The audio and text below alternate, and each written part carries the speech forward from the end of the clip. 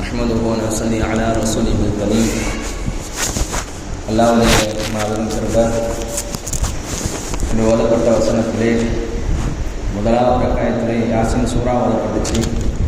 அப்படிப்பட்ட யாசின் சூறாவுக்கு மட்டும் கிட்டத்தட்ட ஹதீஸுடைய பார்வையில் 8 சிறப்புகள் இருக்கிறது.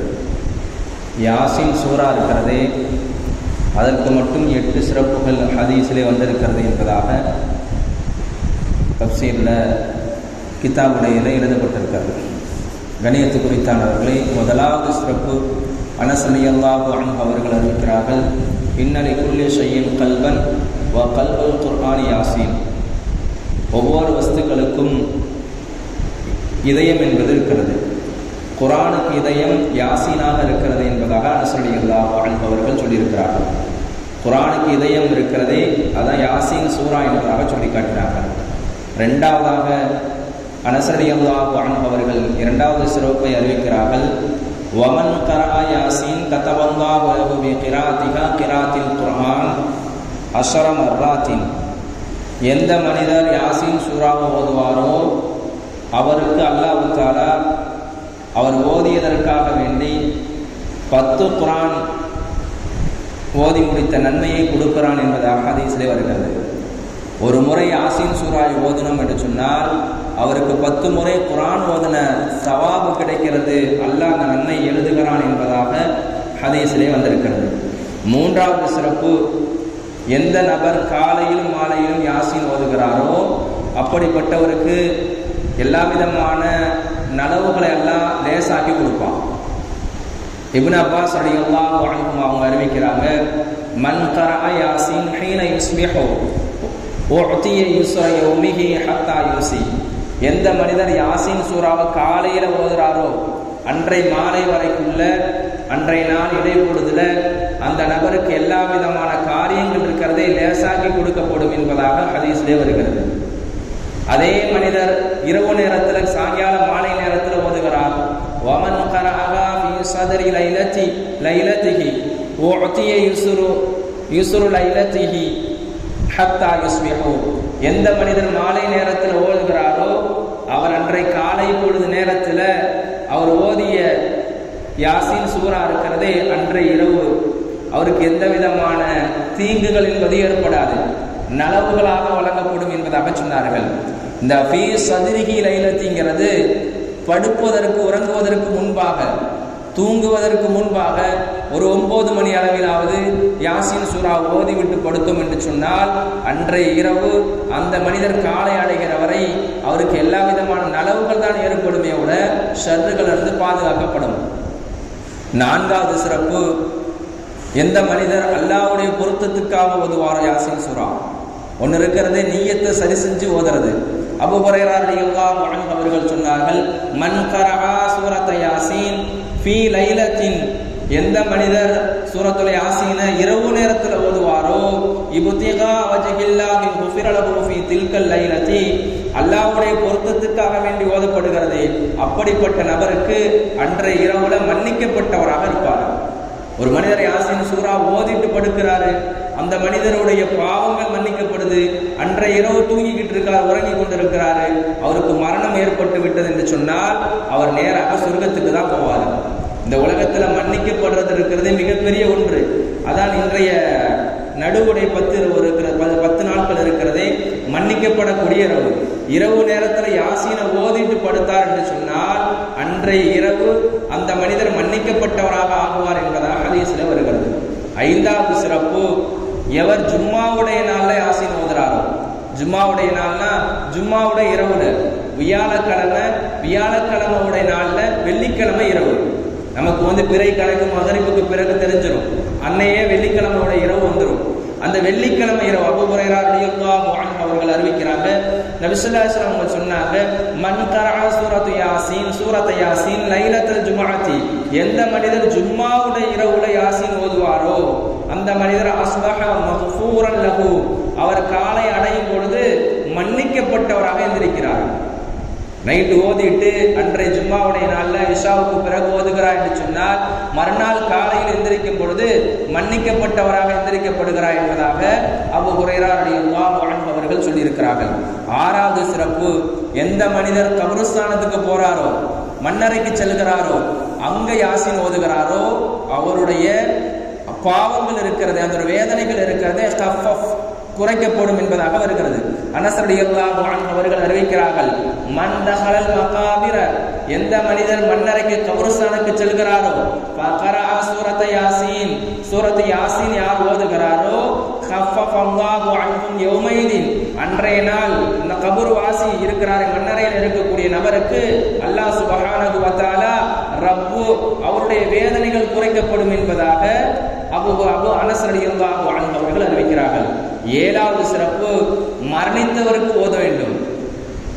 மாக்கல் இப்னு யஸார் ரலியல்லாஹு அன்ஹு அவங்க சொல்றாங்க, இக்ராஉ யாசீன் அலா மௌதாக்கும், உங்கள யாராவது ஒரு மனிதர் மௌத்தாயிட்டாரு, இறந்து போயிட்டாரு சொன்னா அவருக்கு யாசீன் சூரா ஓதுங்க என்பதாக வருகிறது. காரணம், நான் முதல்ல ஹதீஸ்ல சொன்னேன், யாசீன் சூரா இருக்கிறதே குர்ஆனுக்கு இதயமாக இருக்கிறது என்பதாக வருகிறது. அதனால இறந்து போனவருக்கு நீங்க யாசீனை ஓதுங்கள் என்பதாக சொன்னார்கள். 8வது சிறப்பு, மரண தருவாயில ஓதுறது. ஒரு மனிதர் சக்ராத்துல இருக்கிறாரு, அந்த மனிதருக்கு ஓதுறது. உம்மு தர்தா ரலியல்லாஹு அன்ஹா அவங்க அறிவிக்கிறாங்க, இப்படி ஒரு ரிவாயத்து வந்திருக்கிறது, மாமின் மையத்தின் யுக்ரவு அலைஹி சூரத்து யாசீன் இல்லா கவ்வனல்லாஹு அலைஹி, மௌத்தா போனவர் இருக்கிறாரே அவருக்கு யாசீன் சூரா ஓதப்பட்டால் அந்த மனிதருடைய ஹவ்வனல்லானா அவருடைய வேதனைகள் இருக்கிறதே அது லேசாக்கப்படும் என்பதாக வருகிறது. மற்றொரு ரிவாயத்தில் வருகிறது, சஹ்ராத்துடைய நேரத்துல பக்கத்துல உட்கார்ந்து யாசீன் சூரா ஓதுறது இருக்கிறதே அவருடைய உயிர் ரொம்ப லேசா பிரியும். இது ஒரு ஹதீஸ். மற்றொரு ஹதீஸ் இருக்கிறது, எந்த மனிதர் சஹ்ராத்துடைய நேரத்துல குல் ஹுவல்லாஹு அஹதுடைய சூரா ஓதுகிறாரோ அந்த நபருக்கு உயிர் பிரியும் பொழுது ரொம்ப லேசாக பிரியப்படும். இப்படியெல்லாம் ஹதீஸ்ல இருக்கிறது. 9வது சிறப்பு, குர்ஆனை கண்ணியப்படுத்துவது.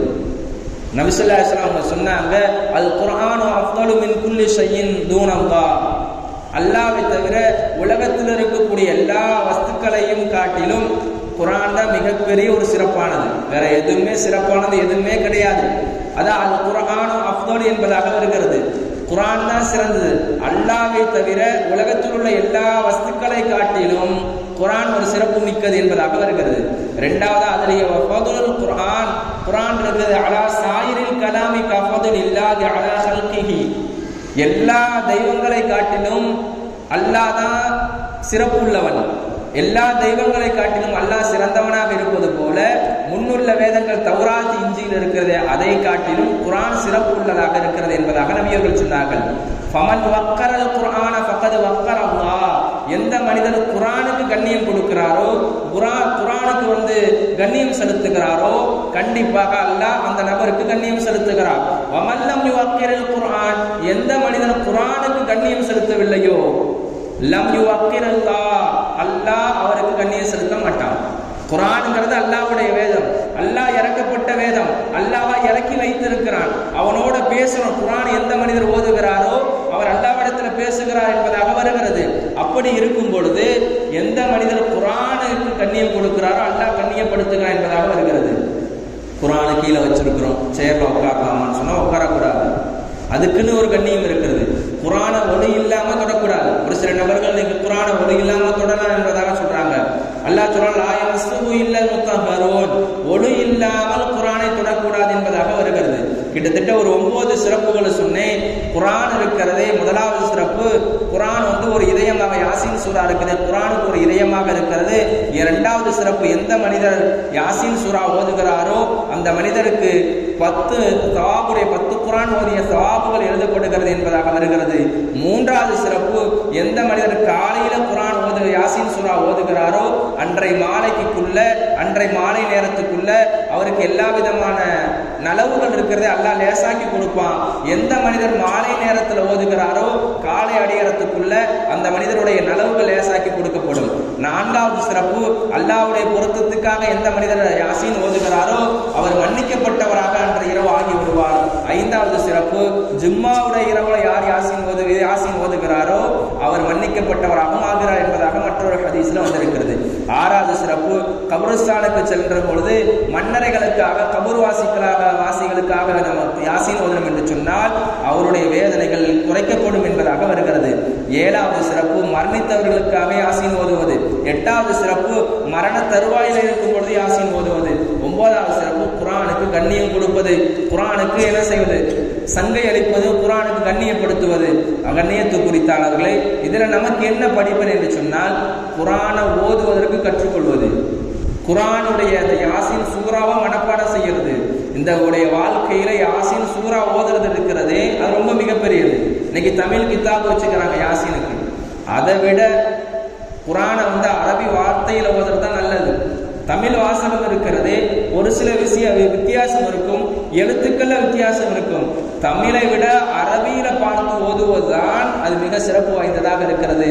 அல்லாஹ் சுப்ஹானஹு வ தஆலா அன்றாடம் இந்த அமல்களை செய்யக்கூடிய பாக்கியத்தை ஏற்படுத்தணும். மௌத் வரையும் செய்யக்கூடிய பாக்கியத்தை அல்லாஹ் நமக்கு இந்த அமலை ஏற்படுத்தணும். இந்த அமல் இருக்கிறதை மௌத் வரையும் செய்து அல்லாஹ்வுடைய பொருத்தத்துக்காக செய்யக்கூடிய பாக்கியத்தை உங்களுக்கும் எனக்கும் தந்த அருள் புரிவானாக. வ ஆகிரு தஅவானா அல்ஹம்துலில்லாஹி ரப்பில் ஆலமீன். அஸ்ஸலாமு அலைக்கும் வரஹ்மத்துல்லாஹி வபரகாத்துஹு.